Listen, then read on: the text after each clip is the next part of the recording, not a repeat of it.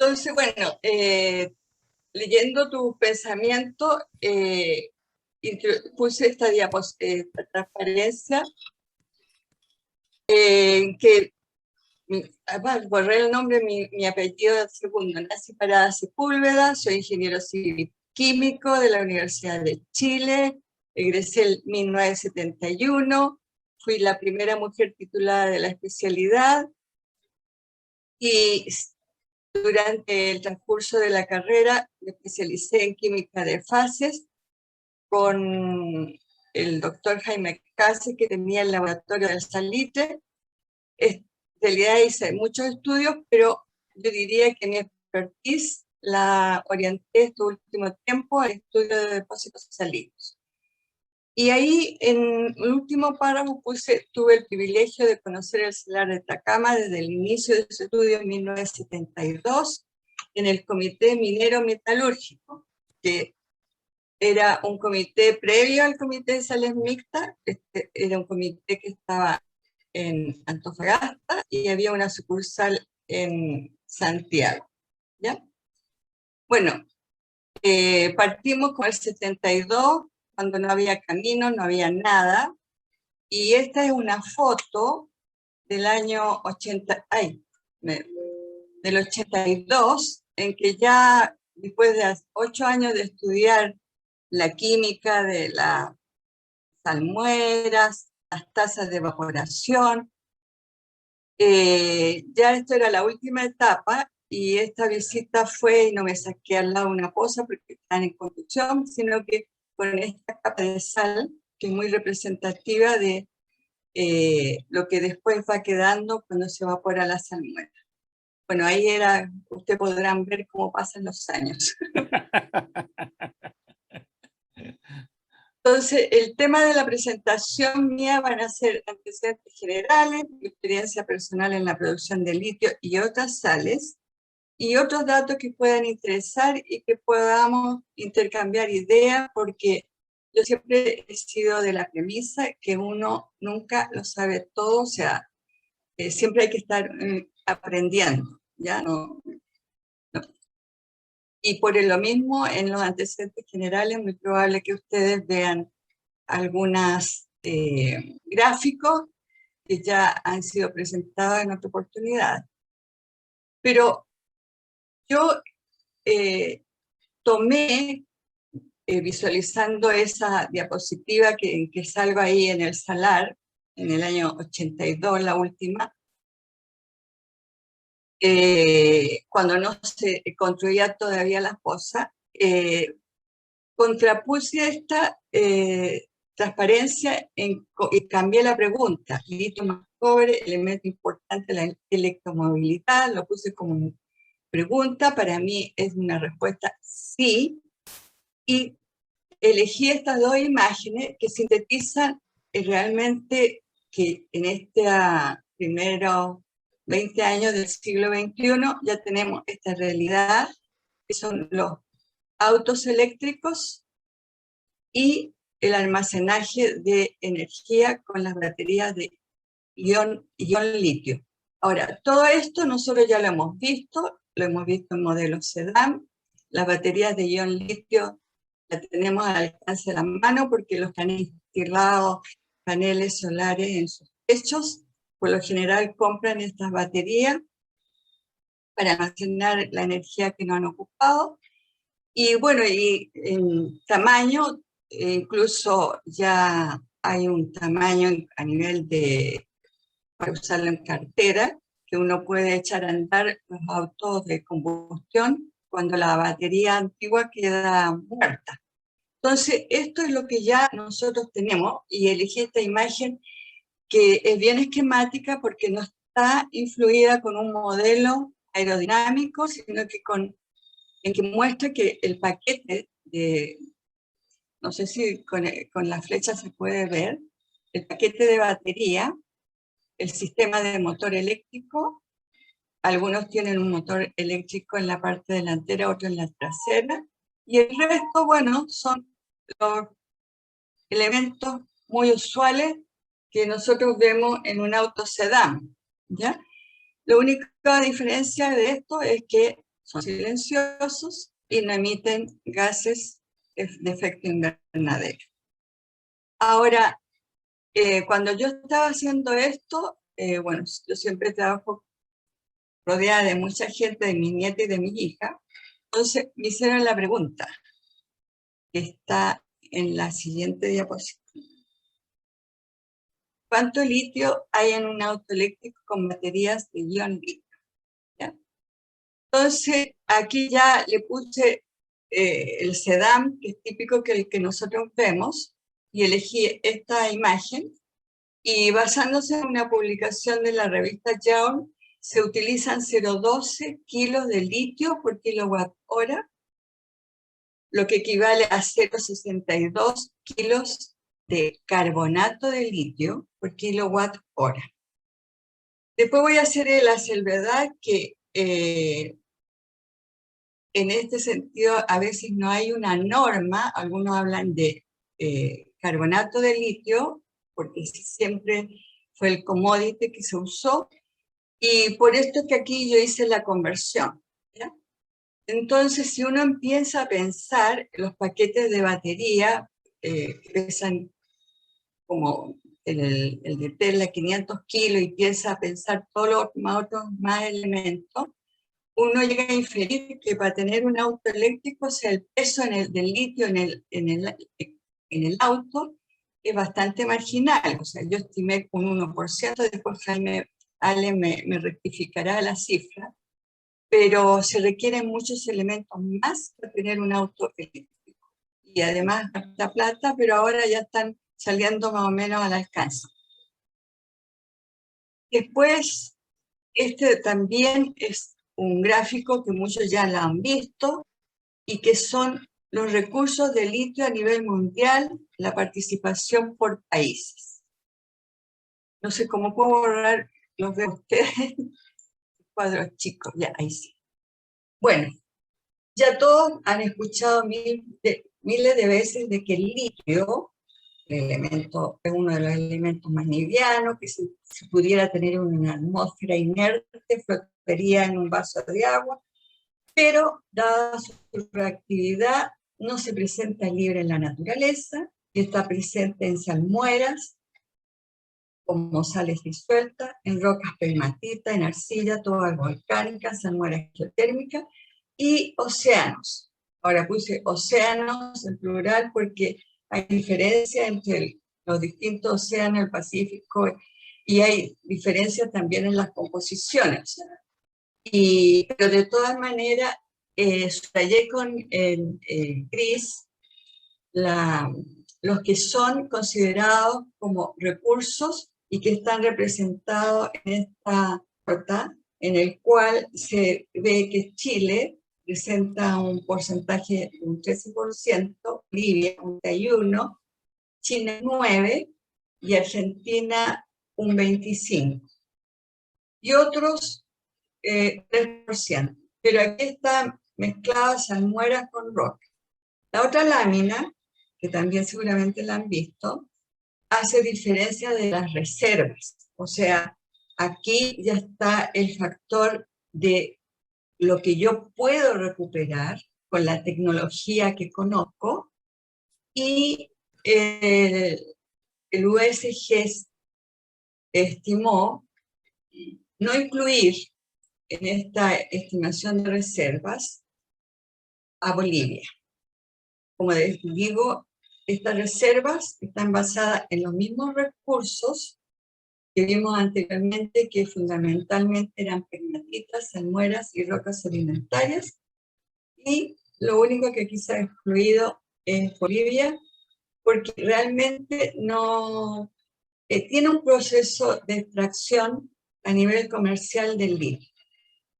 Es un salar bastante amplio, con una geoquímica muy heterogénea, y además tiene la particularidad de ciertas épocas del año de inundarse. Ahora, la reserva de litio que aquí se ven en forma majestuosa, como un 51%, bueno, nos pone en una muy buena posición. Y son fundamentalmente las salmueras que hay en el Salar de Atacama, y no están considerando otros recursos de litio que cuando existió el Comité Geotérmico nosotros observamos, pero en ese tiempo eran considerados recursos subeconómicos. Ahora, en enero de 1999, la DGA hizo un estudio en que identificó 52 cuencas cerradas en el norte de Chile. Y el 66% de esas cuencas correspondían a salmuera de salares. O sea que la cantidad de litio, que aquí está expresado como litio, como elemento, son 45 millones de toneladas de litio.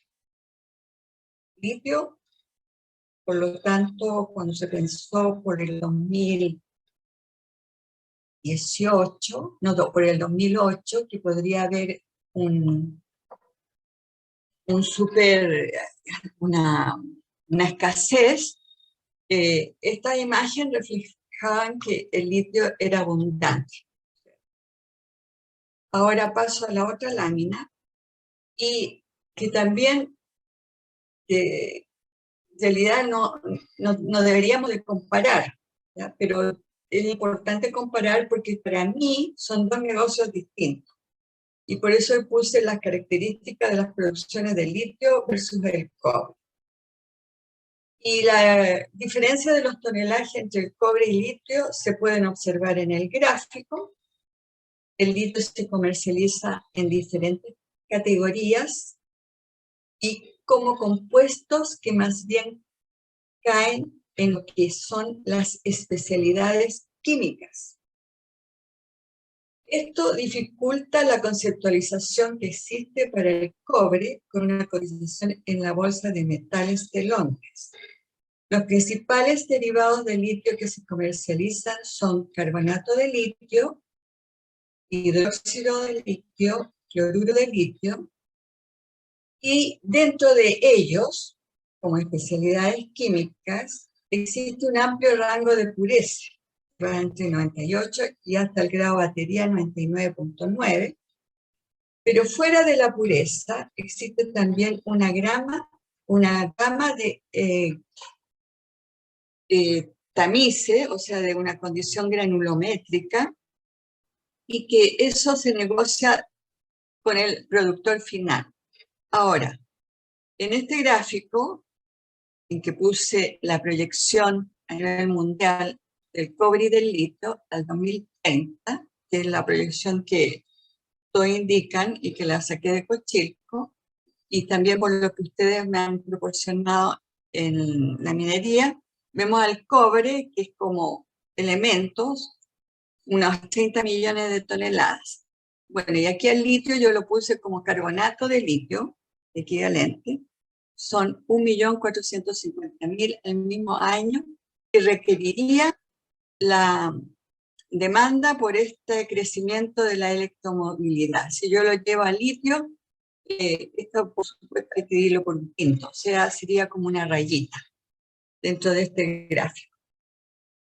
Pero lo que yo más quería recalcar cuando hice este gráfico era que yo no podía pensar en que eran los mismos tipos de negocios, o sea, porque la gente piensa que en estas baterías existen los cátodos de litio, y la gente piensa, bueno, como los cátodos de cobre.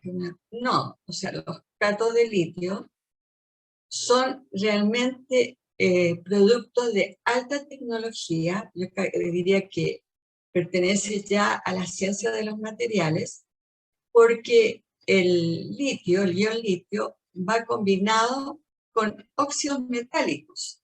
Y en eso se ha investigado mucho, y como muchas otras oportunidades, después les puedo mostrar al final, hay una variedad de tipos de baterías. Entonces, yo pensaba eso hasta el 28 de septiembre, en que le preparaba esta presentación a solicitud de Manuel, pero resulta que el 30 de septiembre sale publicado que hay 5 miembros fundadores del Instituto de la Asociación Internacional del Litio. Y yo la escuché que era bastante variopinto, porque aquí tenemos a SQM, un productor a partir de salmuera, Ganfeng Lithium, que tiene tiene salares en Argentina, también tiene en China unas propiedades. Está MG Brasil, que en ese caso es Podumeno. Está Oro Cobre y Pilbara Minerals, que es un yacimiento australiano en que el producto principal es tantalio y sale como subproducto el litio como espodumeno. Y puse este gráfico de Cochilco, en que está la producción de Chile en las barras azules y la participación de Chile en el mundo con respecto a su producción. Y bueno, se ve que la proyección dice que nuestra participación tiende a la baja, y es posible, dado los escenarios que vivimos y dado que los otros actores que están entrando al mercado y a la producción del litio están con programas y quizás con no tantos problemas, que vamos a analizar en la siguiente transparencia. Este es lo mismo que Cochilco presenta. Yo aquí, bueno, se llega más o menos a los mismos valores, pero acá en este gráfico yo creo que suman tonelaje de carbonato con tonelaje de hidróxido, y si uno fuera riguroso debería de llevarse toda una misma base, pero yo no tenía tiempo para corregirlo, y aquí lo único que interesa es que hay una tendencia exponencial, y eso ya es un indicador. Después tenemos este otro gráfico, que también lo hace Cochilco, respecto a las proyecciones en el precio del carbonato de litio con respecto al hidróxido, en el cual se ha producido como que hay una competencia de precios y que el hidróxido es más apetecido que el carbonato. Pero con la pandemia, que ha habido retrasos en todas las producciones y ha habido una demanda de chips y de baterías de litio, se ha producido una alza bastante excesiva de los precios, como puede indicar ahí que en China había un 70%, y no ha habido tanta diferencia entre el hidróxido de litio con respecto al carbonato de litio. Entonces, ¿cuál es la explicación de todo esto? Bueno, todo esto, desde mi punto de vista, es que hay como una especie de estoquearse, o sea, de estoquear litio. Ahora, el hidróxido de litio y el cloruro de litio tienen las características que son productos higroscópicos, o sea, para almacenarlo, lo que hemos manejado sale bueno, y nosotros como usuarios sabemos que si ponemos la sal que vamos a la costa, en el salero, al poco tiempo el asunto es una piedra. Entonces, el carbonato de litio tiene la particularidad de que es muy insoluble en agua, y es una buena forma de estoquear mejor que el carbonato de litio. Entonces, esa es mi interpretación de por qué los precios entre estos dos se van a juntar, y es muy probable que a futuro el carbonato de litio puede, incluso en las negociaciones de contratos, porque estos son contratos con el usuario, que no haya tanta diferencia como las que se observaban. Esta es mi opinión. Veamos la otra transparencia que yo había preparado. Que esto en realidad saqué una que había puesto la relación entre nuestra política de litio con respecto a nuestros competidores, porque eso es algo que es un escenario que está cambiando. Y de hecho todos los países están ahora con una política de considerar al litio como estratégico. Incluso México ahora está dentro de esa política y que nosotros ya la teníamos y metí estos extractos que ustedes los pueden encontrar en la página de link de Corfo, en los acuerdos y las modificaciones que se han hecho al manejo esto del litio. El litio, cuando a mí me dicen de nacionalizar el litio, bueno, para mí ya el litio es del Estado y la explotación está regulada, en este caso, para las pertenencias que están en el Salar de Atacama, mediante estos cambios en que se castiga con impuestos, se gana, depende del punto de vista, las producciones y se va al precio final. Y bueno, este es un listado de bastante comparativo y para el que tenga paciencia lo puede ir viendo. Ahora yo me voy a meter de lleno a en lo que he trabajado, porque más que en las negociaciones de la normativa, de las políticas, yo en ese sentido no he participado y me he mantenido más en la parte de la producción de litio a partir de salmueras de un salar, y ahora, bueno, con los cambios tecnológicos también en la extracción directa. Entonces, como yo sé que dentro de la audiencia, además de ingenieros civiles, tenemos también dentro del grupo gente que son abogados, y hay algunos que han sido a consultar el Wikipedia, entonces dije, bueno, veamos qué es lo que dice el Wikipedia respecto a qué es un salar. Y está resaltado en amarillo lo que dice, y no, me pareció bien, porque lo define que un salar es una cuenca hidrográfica endorreica con una evaporación mayor que la escorrentía donde llegan aguas portadoras de sales. Al evaporarse el agua, aumenta la concentración de las sales en el lugar. El salar puede estar definitivamente seco, como el salar grande, o puede recibir y mantener agua en forma intermitente, o ser un lago o laguna con alta concentración de sales.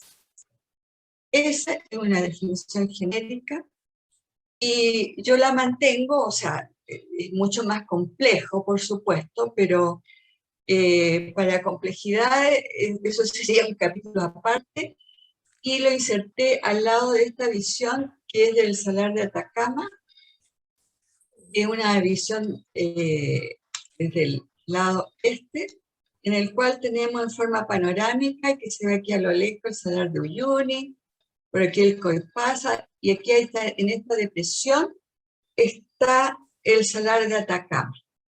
¿Por qué? Porque el Salar de Atacama tiene la gran particularidad que está solamente a 2.380 metros sobre el nivel del mar. Ahora, en las otras transparencias, en esta transparencia, ya aquí tengo un acercamiento y vemos, esta es una foto antigua porque, como les dije, recién tengo este computador y no pude bajar el Google Earth, pero más o menos es la imagen que tenemos, una proyección del salar. Las producciones están concentradas más en la parte sur, o sea, no abarca todo el salar, porque todo el mundo piensa que es todo el salar. Y tenemos acá Albert Marley, esto es del año 2007, ahora aquí hay 2,5 kilómetros cuadrados, pero los programas de explotación van a 8 kilómetros cuadrados. Kimich ya tiene sus cosas, y como pueden ver son bastante. Y acá estaba el proyecto NX que habíamos formulado cuando yo trabajaba en Cosayash, y después yo me retiré, y en el fondo yo había definido 400 hectáreas y un flujo bastante pequeño, porque el interés en este caso era producir potasio, y costaba mucho que la gente entendiera en ese tiempo la importancia del litio, ¿ya? Esto también es algo que ustedes han visto, y aquí se puede ver la hectárea que hay arrendada, están definidas las zonas, pero aquí es lo que voy yo. Veamos esta imagen. El salar de Atacama, la extensión de toda la cuenca, de lo que se ve, tiene una superficie de la cuenca, mejor dicho, la superficie del salar, de 3.000 kilómetros cuadrados. Y lo que acá se está negociando, o sea, lo que se arrienda, son 819 kilómetros cuadrados. Hay un área de resguardo que es de 183 kilómetros cuadrados. Y bueno, para Albemarle, que esto es antiguo, que ahora que antes se llamaba Rothwood, tenemos 167 kilómetros cuadrados. O sea, estamos explotando solamente una parte, de la parte más cercana a la península de África, del salar de Atacama. Ahora, ¿por qué esto? Porque algunos dicen que se floreó, que se está floreando el salar. Y bueno, hay que recordar el comienzo de la historia de todo este cuento.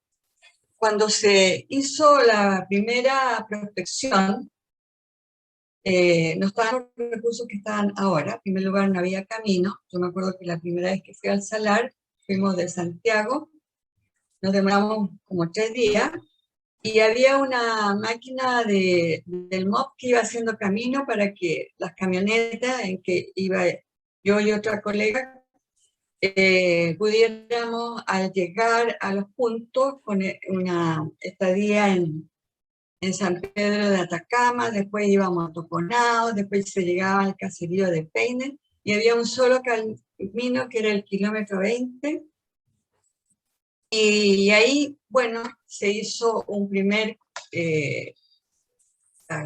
primera exploración con una malla muy amplia de 5 kilómetros, y en eso fue un trabajo laborioso, y se levantó esa malla con helicóptero, porque era imposible caminar por la costa del salar. Entonces, en esa oportunidad no estaban los recursos de la época, y Fernando Ide, que hizo la memoria en la ubicación del salar, estableció las curvas de isoconcentración de potasio, litio, magnesio, sulfato, todo esto con la ayuda de un dibujante, y bueno, lo fue cerrando en la parte de esta zona que se designó el núcleo del salar, y lógicamente las concentraciones mayores de salmuera estaban ubicadas en este punto de litio. Y como dice en una oportunidad que Marco decía que él había encontrado una correlación entre el potasio y el litio, sí, efectivamente, eso siempre se ha sabido, pero yo he visto otros salares en que no tienen la misma formación, que es la que tienen en nuestra puna, en que hay mucho potasio y litio no hay, que depende mucho también del ambiente geológico, cómo se generó estas concentraciones tan altas de litio. Y las resalto porque el modelo de producción fue el que ya tenía Food, en un salar en Silver Peak, en que explotaba una salmuera que tenían 200 miligramos de litio, y acá nosotros encontrábamos puntos en que teníamos 5.000 miligramos de litio. Entonces ustedes comprenderán que fue de bastante interés de que ellos se interesaran por esta zona, y bueno, y nosotros tendamos con el interés de buscar potasio, o sea, recuperar todo lo que había en las salmueras, tanto el potasio, el magnesio, el boro, y el litio era como tenía un mercado pequeño, había en ese momento un duopolio en que la manejaba Wood y FMC, ¿ya? Después cuando se licitó el Salar de Atacama, se presentó FMC, que era el otro productor interesado, y bueno, FMC quedó fuera y después quedó licitado esto en manos de un grupo de, ya ustedes deben haber escuchado hablar, de Amax, Molimet y Corf. Ahora, ese grupo se llamó Minsal. Yo trabajé al comienzo porque el gerente de Minsal era no me acuerdo el nombre, pero era una persona que era de Amax, que era experta en lixiviar oro, y, me contrató para que le enseñara diagramas de fase, y ya bueno, como uno en ese tiempo, el comité de salinista estaba dando su último, estaba por cerrar, yo hacía ese tipo de clases, o sea, además hice clases en la Universidad de Chile, de posgrado, respecto a como optativo de qué es lo que era la química de fase, pero la audiencia no era muy alta porque en esos momentos estaba entrando de moda la biotecnología.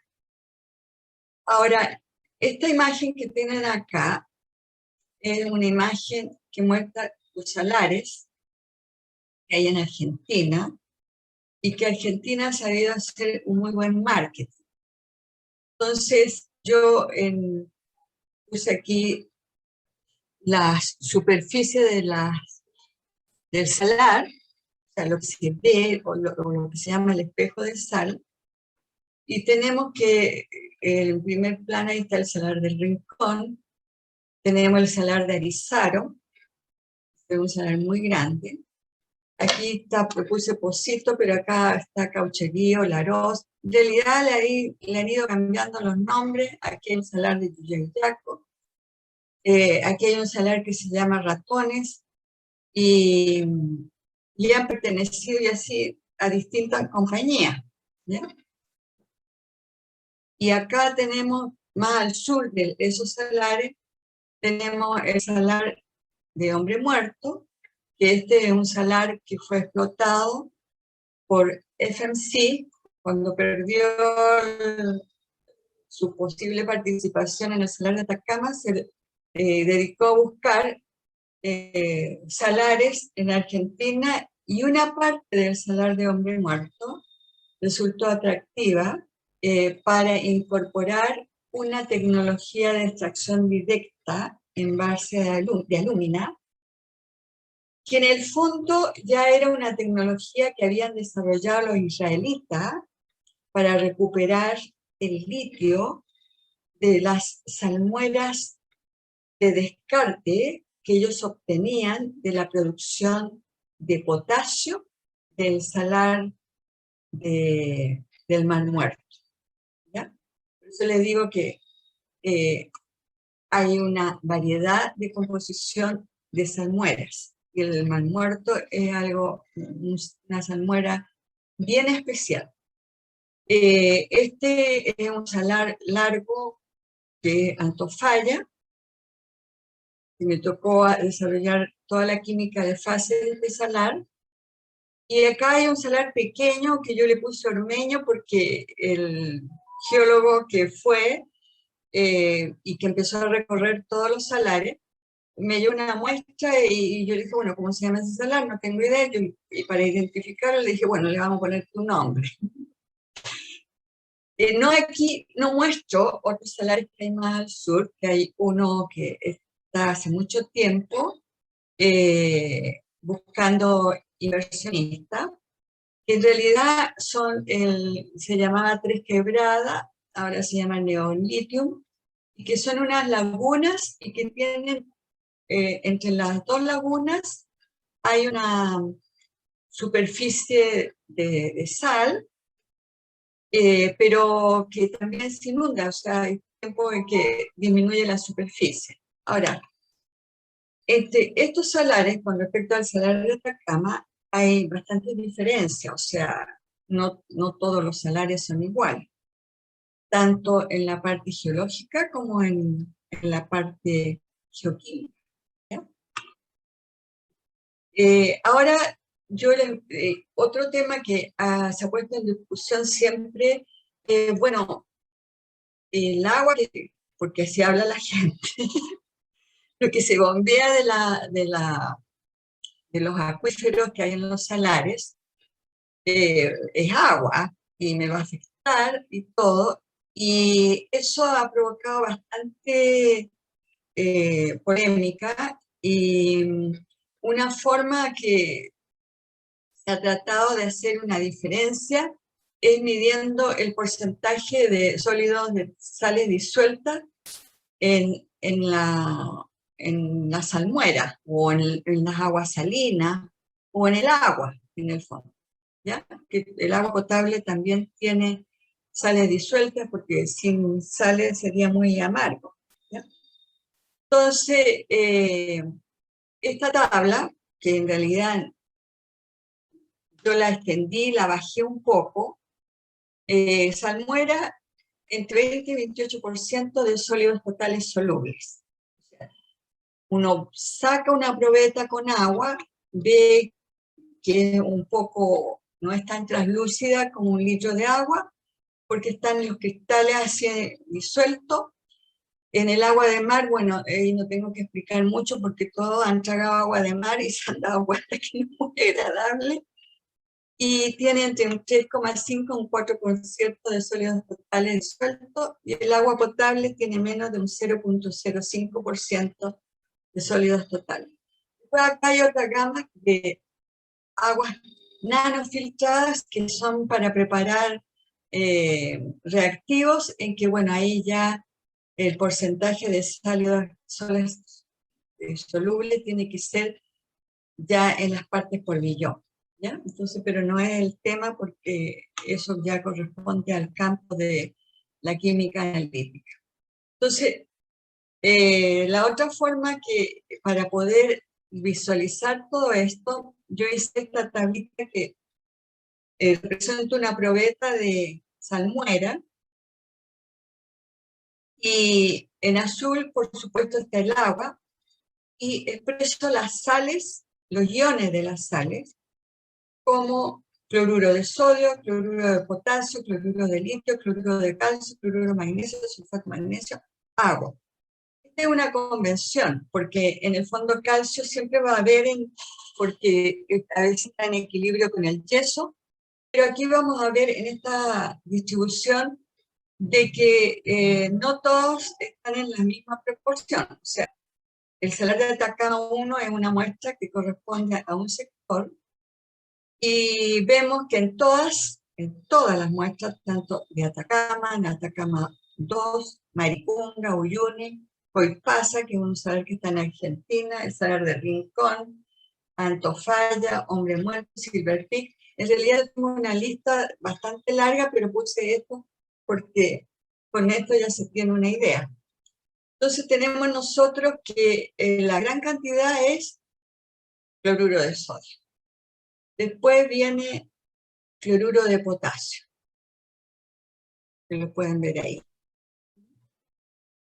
Pero cada vez es mucho más fina la raya y por lo tanto la concentración. El litio lo vemos con una pequeña raya roja, este de Atacama 1, que corresponde a una muestra a lo que se ha llamado antes el SOP. Este es una salmuera que está más cerca de la península de Checa y vemos que está un poco más concentrado. Maricunga es un salar que presenta el cloruro de litio en bajas concentraciones, pero también tiene una química muy distinta al salar de Atacama. Uyuni es una heterogeneidad. Coipasa también tiene una concentración que es bastante interesante, pero después vamos a ver los problemas que hay. El salar de Rincón, que es un salar que se veía sumamente importante, a mí me tocó que me llevaron muestras para cuando trabajaba con Cosayash, y lo descarté de partida porque es un salar que no sigue la ruta por el cloruro de potasio, tiene mucho sulfato.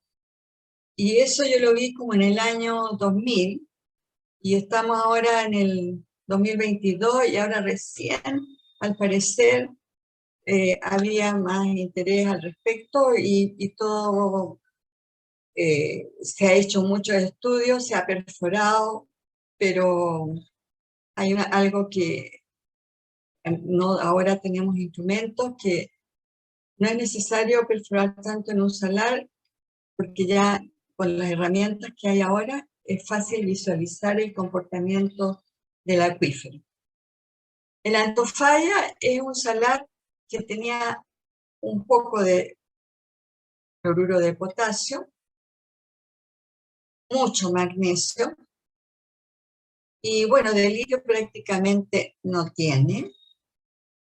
Hombre Muerto tenemos que se visualiza bastante la línea de cloruro de litio, cloruro de potasio y poco. Y bueno, Silver Peak fue el salar que nos sirvió de modelo para poder desarrollar nuestro proceso que tenemos en el salar de Atacama. Y es un salar que cuando en el año 85 ya llevaba como 20 años en explotación, y bueno, ahora sigue en explotación, y yo creo que va a seguir en explotación. O sea, manejando bien los salarios no se tienen por qué secar. O sea, eso es algo que hay que tener presente. O sea, que presentan como un pánico, pero ya hay una forma de cómo manejar estos acuíferos. Y hay herramientas para hacerlo.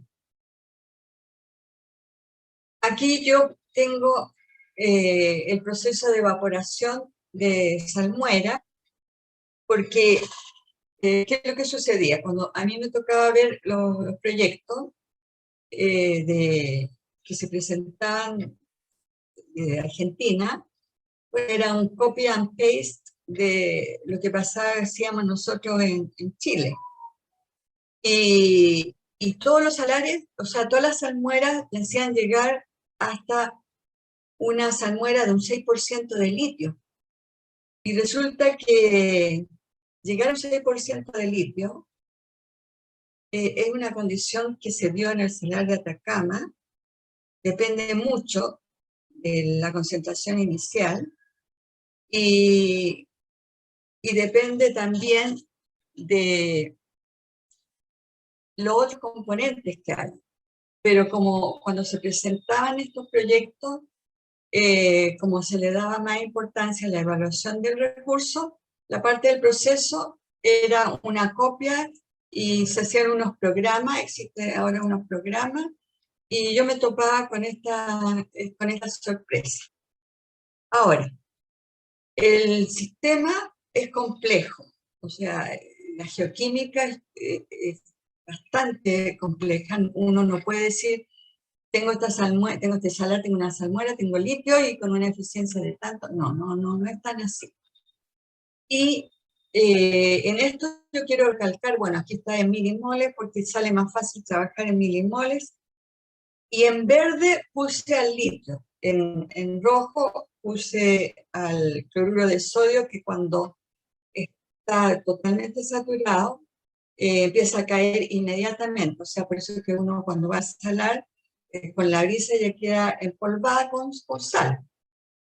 Y las dividí yo en una evolución de cómo el proceso de evaporación en la salmuera sulfatada y en las salmueras cálcicas. Las salmueras sulfatadas, a medida que uno va concentrando, van cayendo las sales de acuerdo a sus distintas solubilidades. Estos quiebres que hay acá corresponden cuando empiezan a aparecer las otras sales.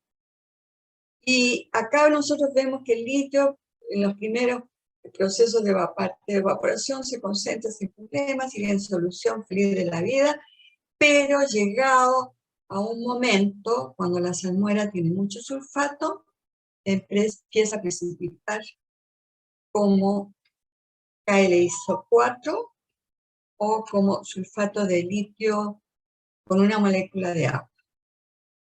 Y sigue precipitando en esa forma y tiene una característica esa sal que tiene una solubilidad inversa, por lo tanto cae cuando hace más calor. O sea, mira. En este otro caso tenemos una salmuera cálcica en que el litio permanece en solución todo el tiempo, pero también permanece en solución todo el tiempo el calcio, lo cual también genera problemas. Y acá tenemos un cuadro comparativo en moles por litro de las sales precipitadas de una salmuera sulfatada, en que esta línea azul muestra la cantidad de sal en moles que puede caer en este proceso de cristalización fraccionada, que es la que usamos, y después las otras sales van cayendo y son cantidades menores, pero tienen distintos comportamientos de acuerdo a su sistema cristalino de precipitación.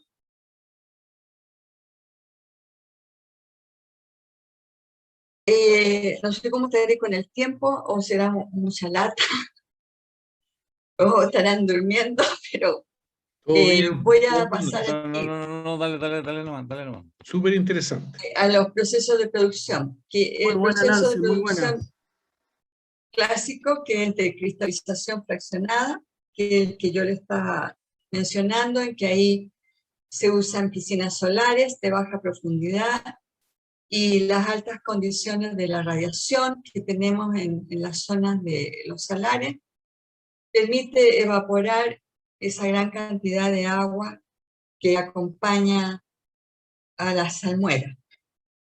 Y de acuerdo a su solubilidad, bueno, primero precipita el cloruro de sodio, el que hay que remover, porque si no lo remuevo, me pierdo la capacidad de almacenar salmuera en las piscinas y debo de seguir concentrando hasta llegar al cloruro de litio, una salmuera concentrada en cloruro de litio. Y bueno, los otros componentes empiezan a aparecer, o sea, aquí son los componentes, si uno hace un análisis ahora con ICP, hay muchos otros componentes que están a nivel de trazas, y como estamos concentrando, empiezan a aparecer esos otros, y que después yo tengo que, en la planta química de purificación, tengo que empezar a remover. Entonces aquí hay un esquema bien general, en que la minería, por decirle a ustedes, ya es como una hidrogeología, porque ya nosotros tenemos el material lisiviado, entonces el problema es los pozos de bombeo, cómo los colocamos, cuánto dura la vida de un pozo de bombeo, porque también puede haber una permeabilidad absoluta, pero hay poros ciegos, entonces todo un problema, la parte hidrogeológica del comportamiento del acuífero. Y tenemos un circuito de pozas solares en que precipitan todas las sales o las otras que están presentes, y yo se las mostré, que son las sales de potasio, magnesio, hasta llegar a una salmuera, y aquí puse el rango entre 3 a 6%, y una planta química que me puede dar carbonato de litio y otros, dependiendo de cómo yo proceso la salmuera. La extracción directa, que es lo que está ahora en desarrollo y que muchos están tratando de implementar, como ya dije, es un proceso ya que FMC, ahora Livent, lo tiene hace bastantes años, usando un extractante de alúmina, y está desarrollado para salmueras con bajo contenido de litio y magnesio. Se usa un polímero con una base alúmina para absorber el litio, que después se extrae con una solución de ácido clorhídrico. En operación solo está la planta de Livent, en el salar de Hombre Muerto, con el proceso desarrollado por FMC. Pero ahora también hay otros desarrollando intercambiadores iónicos, membranas, nanofiltración y extractantes líquidos. Pero todas esas tecnologías dicen que tienen una recuperación de un 90% del litio con alta selectividad, pero hasta el momento no hay ninguna que yo conozca que esté ya en un proceso de producción industrial. O sea, a nivel de laboratorio el asunto se ve bastante atractivo, y de todas maneras se obtienen salmueras diluidas.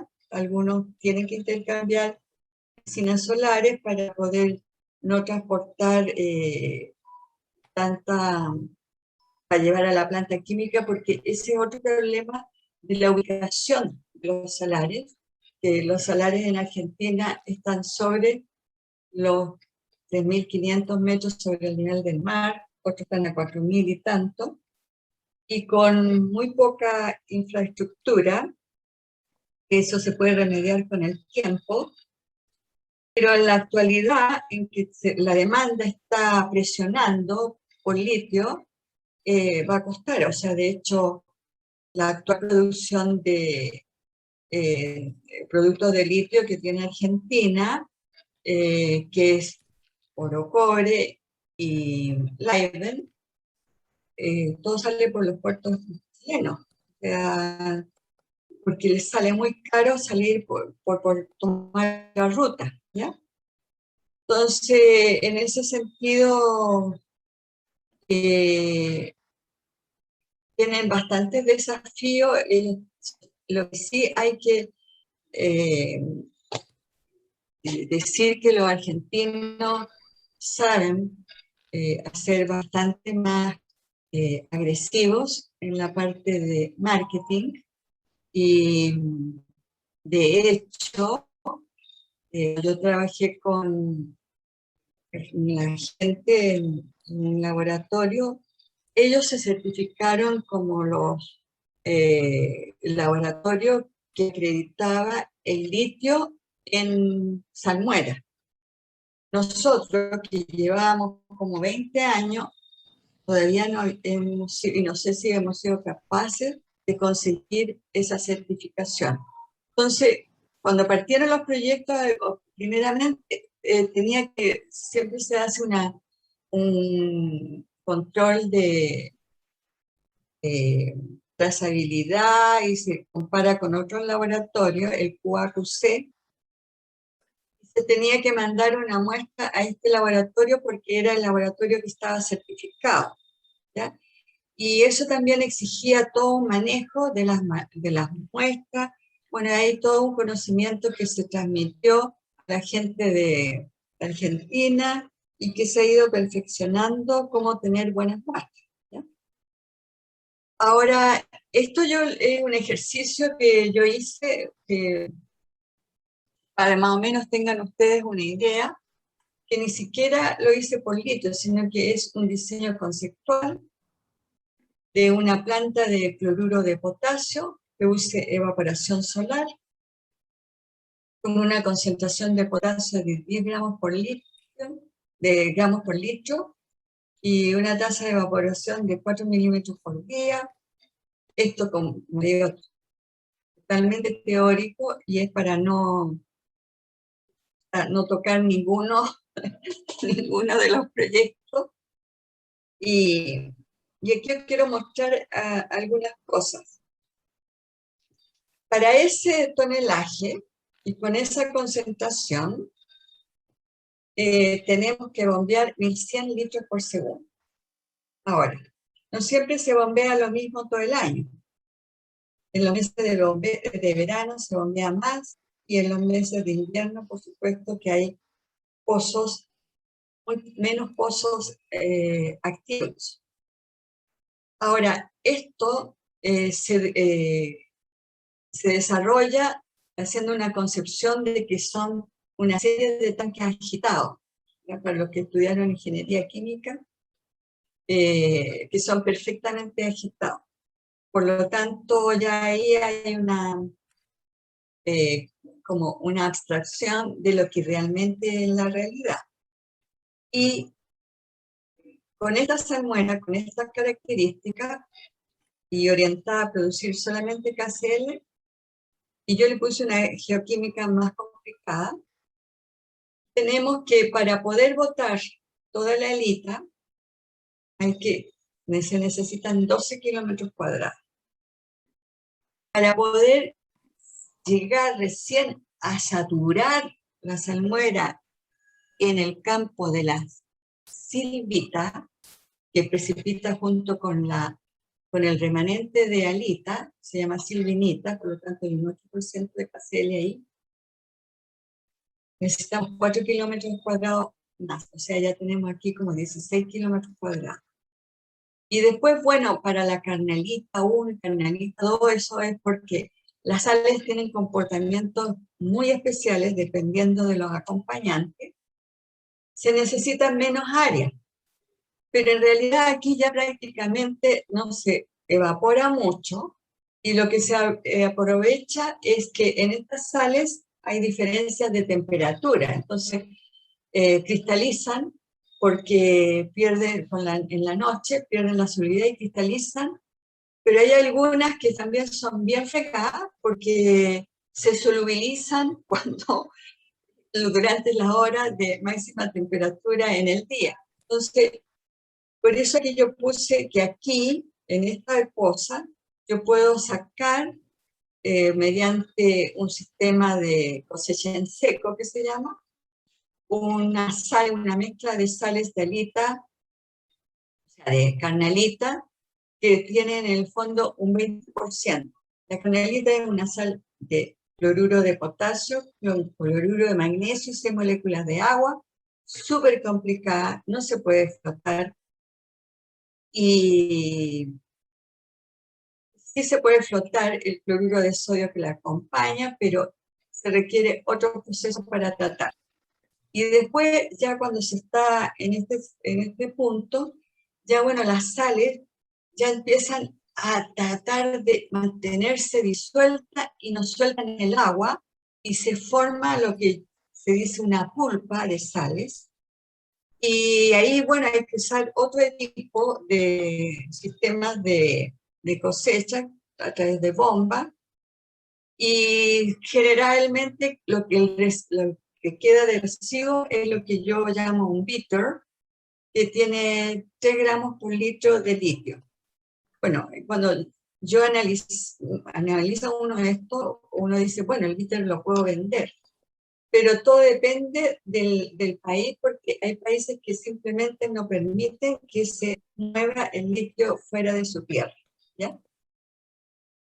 Esto, como les digo, es un diseño conceptual en que ya estamos hablando de 1130 para sacar 360. Ahora ustedes comprenderán que Soquimich hubo años en que produjo 2 millones de toneladas de cloruro de potasio, y en la media podríamos decir que está con 1 millón de toneladas por año de cloruro de potasio, que son los requerimientos que se tienen para la industria salitrera.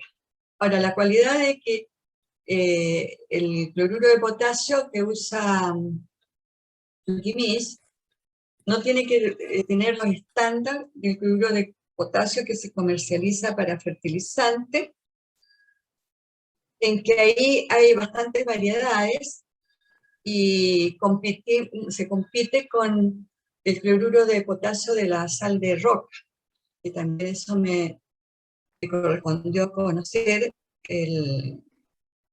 En Brasil hay un salar que está a 400 metros de profundidad, en que ya ahí están las capas de halita consolidada y están las capas de sirvinita consolidada. Y hay una máquina que empieza a cortar estos trozos de sales. Y me contrataron a mí, y bueno, cuando me tocó bajar, uno va equipada, y ahí, bueno, yo dije, aquí hace falta baterías de litio, porque el equipo que me pusieron para llevar la lámpara con luz era muy pesado, eran baterías de ellos tienen mucho níquel, eran las baterías que usaban. Y es una máquina que va cortando y va sacando esta roca de sirvinita, y ya la temperatura abajo es infernal, 60 grados, y todo el sistema de refrigeración, o sea, si uno se aparta del túnel donde está trabajando la máquina, es insoportable. Entonces el túnel en refrigerar, lo que se gasta en mantener la temperatura es altísimo, la chimenea, y bueno, ya se estaba llegando a una fracción, a otra etapa de una sección del salar, que estaba con la canalita, pero mezclado con otra sal. Entonces, bueno, yo tomé una muestra y saqué la muestra, y resulta que esta muestra tiene lo que se llama, estas sales tienen lo que se llama una solubilidad incongruente. Al llegar a la temperatura ambiente, se volvió una sopa, y después si uno la mete al refrigerador para ver si puede cristalizar, no, imposible. Tiene mucha inestabilidad, y era justamente ese el problema que tenían, que ya ese yacimiento no podía seguir explotándolo así. Además, en ese momento, el precio del cloruro de potasio, que había tenido un precio más o menos estable entre los 100, $200 la tonelada, de repente se pegó un pic de 1000, pero después volvió nuevamente a bajar a 200, o sea, ya ahí ya no se podía competir, y se empezó a usar lo que se llama minería de disolución, que es la minería que se usa en los depósitos de sales que hay en Canadá. Entonces, esto quería mostrarles para que no solo de litio, sino que me ha tocado ver distintos tipos de salmuera y de salares. Aquí yo les muestro una operación piloto, una planta de, esto es a nivel piloto, ni siquiera de batea, ¿ya? O sea, porque la mayoría hacen primero unas bateas, ¿no? Aquí se hicieron una piscina de 1 hectárea, se puso una batea pequeña de 3 metros de diámetro. ¿Por qué se pone eso?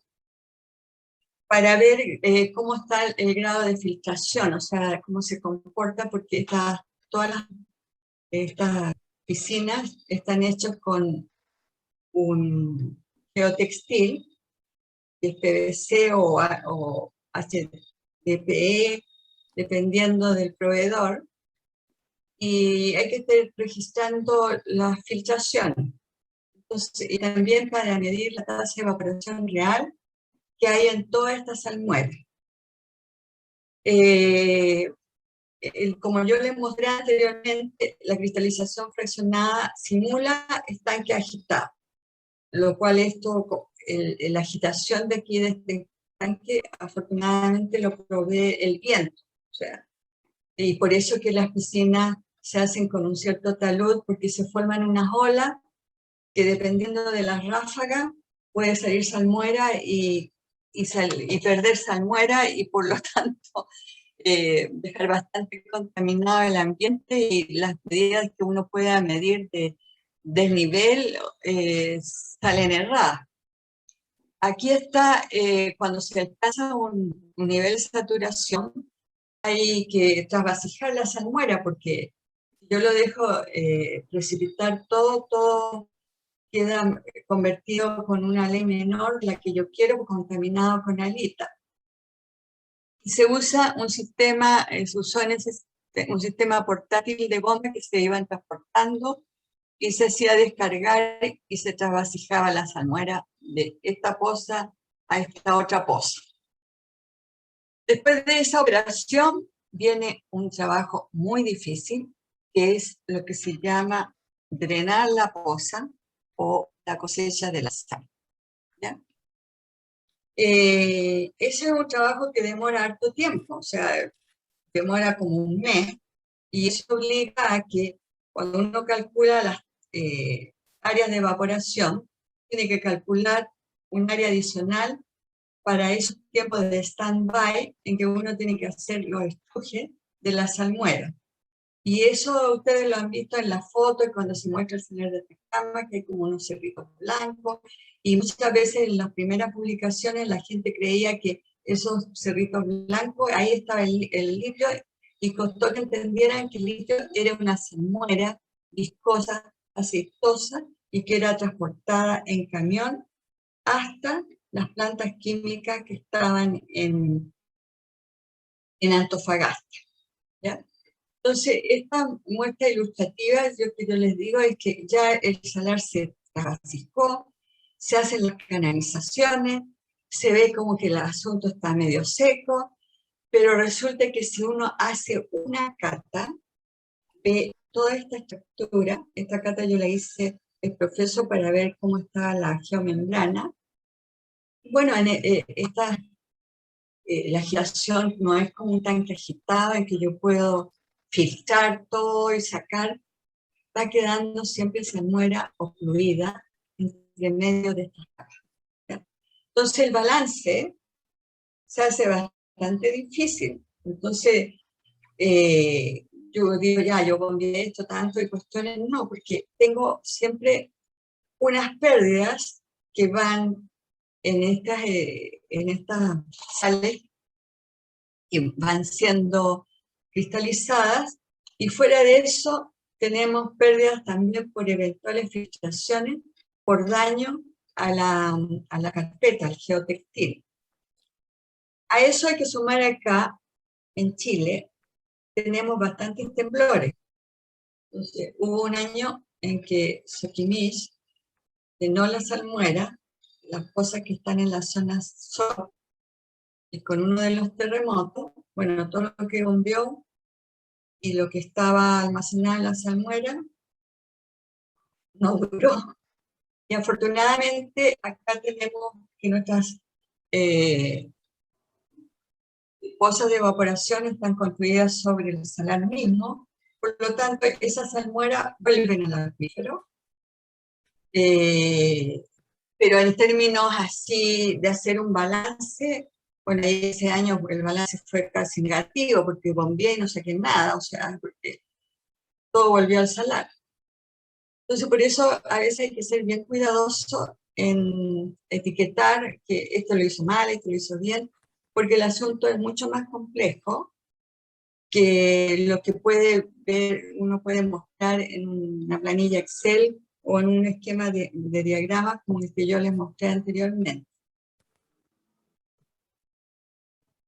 Estos son los equipos de cosecha. Bueno, estos son unos equipos de cosecha. Nosotros en Cosayas usábamos camiones.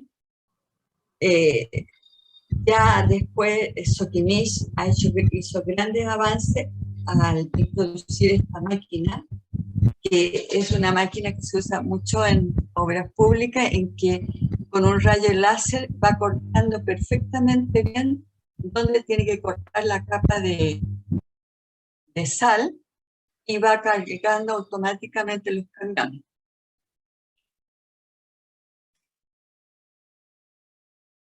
A ver, esta tecnología, yo traté de llevar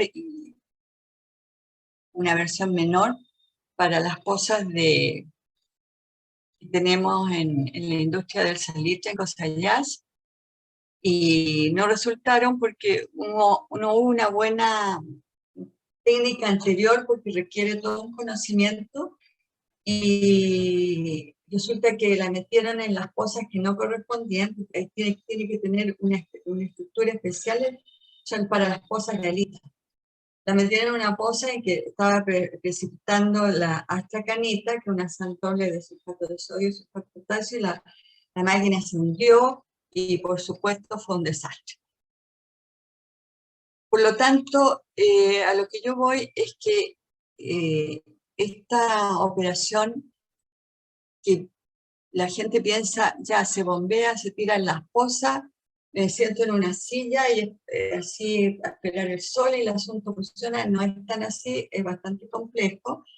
Y imagínense si lo que yo les mostré, que fue en una planta piloto, imagínense casi las 100 pozas que tiene ahora Cepimis, y en la de 60 requiere un gran conocimiento. Ahora, las plantas de procesos de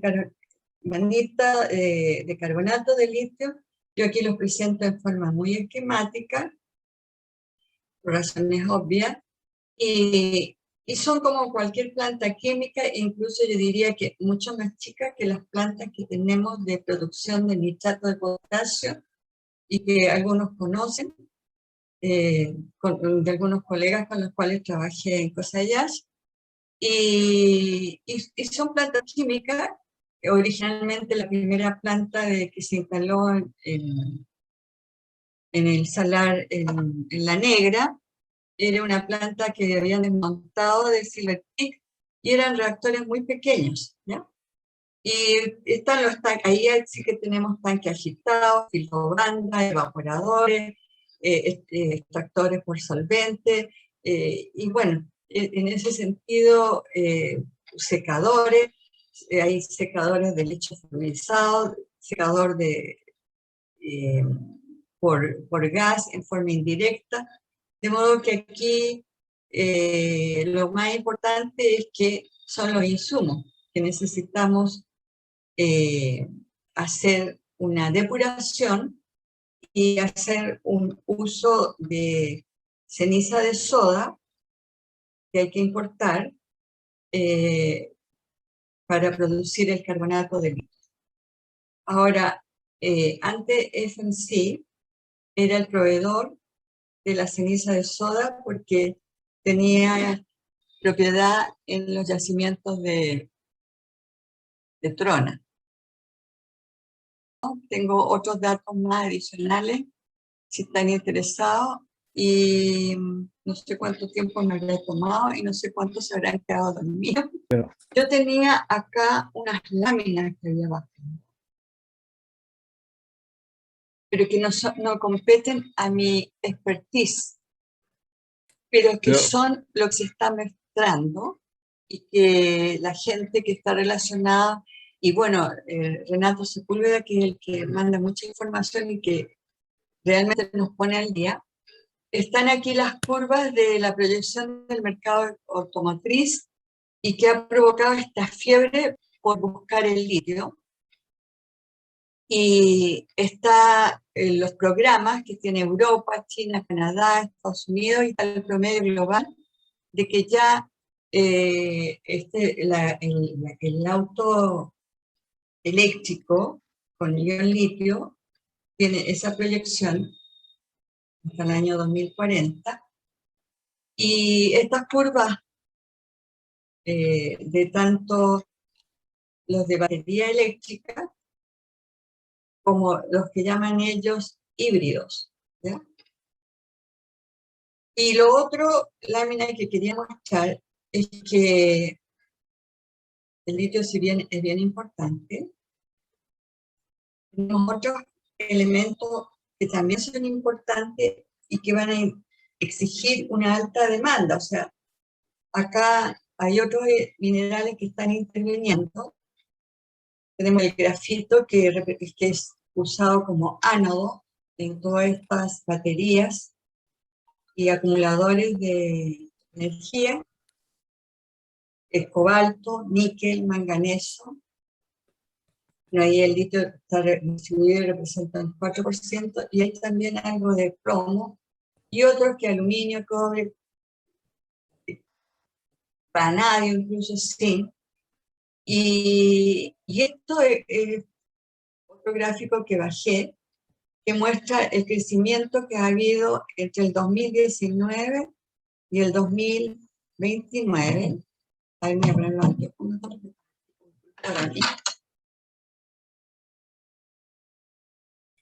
Sí, en 10 años, el cobalto, alto crecido, el níquel, el litio y el grafito. ¿Ya? Entonces, China domina la producción del grafeno a partir del grafito natural, pero también ahora está España, y en el fondo el grafito es el material que conocíamos de los lápices de mina. ¿Sí? Lo único que el grafeno es un material nuevo, surgido por como una exfoliación del grafito. ¿Ya? Ahora, se puede hacer grafito sintético a partir de los residuos de la producción y el refinado del petróleo, pero las plantas requieren una gran inversión y tienen una gran huella ambiental. En esta otra gráfica, yo acá, que en una oportunidad les he compartido, están representados los tipos de batería ion litio conocido y que se usa una nomenclatura en especial, y el litio está representado por el color amarillo, y como pueden ver su proporción está entre 11, 6, respecto a los otros materiales, que está el manganeso, está el níquel, el cobalto, el aluminio, el fosfato. Y agregué esta lámina de una investigación que están haciendo en la Facultad de Ciencias de acá en Argentina, en que están estudiando, porque esto de hacer baterías de litio, o sea, mejor dicho, el cátodo del litio, y de introducir el ion litio en un óxido metálico, ofrece un montón de alternativas que se están estudiando. Y bueno, lo que más resuena es la de cobalto, ¿no es cierto? Por el día que hizo Tesla por el Battery Day. Pero en los autos que circulan eléctricos y que nosotros vemos, se usa mucho la batería LiFePO4. ¿Ya? Y de hecho, estos fabricantes de batería LiFe fue el que inauguró en Brasil una planta de batería y que hacen los autos eléctricos que nosotros vemos ahora circular y que otra gente a veces les gusta quemar. Y este es un mapa que solamente tiene contemplado un plan de producción de baterías de ion litio solamente en Europa. O sea, todas las empresas que se están instalando para hacer batería. Y bueno, esto es un programa y está expresado en gigawatt hora. Y como podemos ver, hay muchos actores en esto y requiere de un gran conocimiento, de modo que el desafío de los cátodos ion litio es un desafío de ciencia de los materiales, y aunque no las produzcamos, tenemos que tener conocimiento de qué se trata.